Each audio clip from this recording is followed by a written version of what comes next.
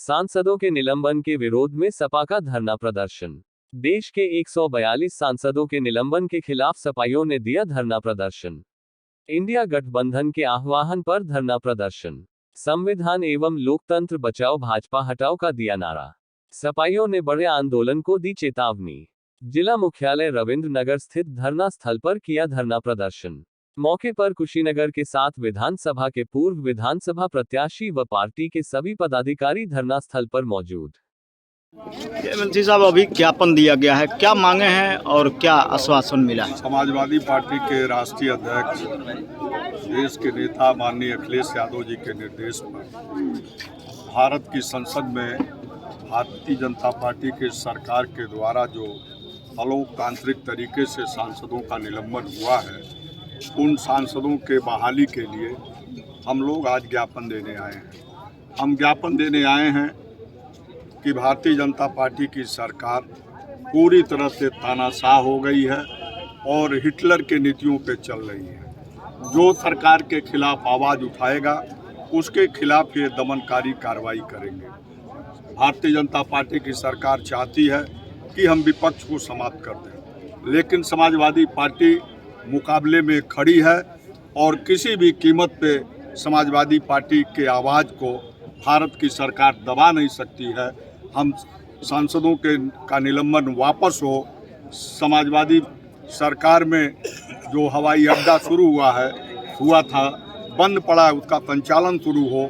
और जो सबसे महत्वपूर्ण मांग है किसानों की कि लगातार केंद्र और भारतीय जनता पार्टी की सरकार गन्ने का 1 रुपया कीमत नहीं बढ़ा है।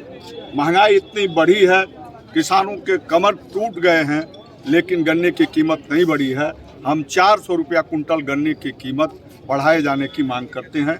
ये मांग हमारी पार्टी का था और हम लोग ज्ञापन देंगे। अभी मांग पत्र सौंपा गया है, क्या मांगे हैं आप लोग? पहली मांग तो यह है कि इस लोकतंत्र और देश विरोधी भारतीय जनता पार्टी की केंद्र की सरकार को तत्काल बर्खास्त किया जाए।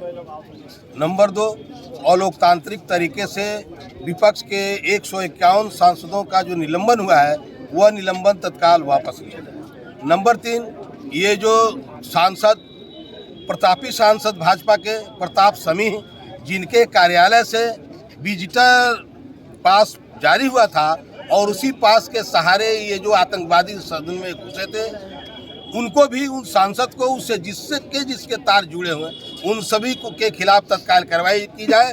और उसके बाद जो अगला हमारी मांग है कि ईवीएम जो अभी 5 राज्यों में चुनाव हुए हैं उसकी गड़बड़ी देखी गई है और जनता का विश्वास पूरे देश में उठ गया है, क्योंकि किसी भी विकसित देशों में चुनाव नहीं हो रहे हैं। जिसने ईवीएम बनाया उसका ही उस पर भरोसा नहीं है, फिर भारत में उससे चुनाव कराया जाना जनता के विश्वास से अब बाहर है। जनता का विश्वास उठ गया है। इसलिए मांग समाजवादी पार्टी करती है कि अगला जो लोकसभा का चुनाव होने जा रहा है उसमें चुनाव बैलेट पेपर के माध्यम से कराया जाए।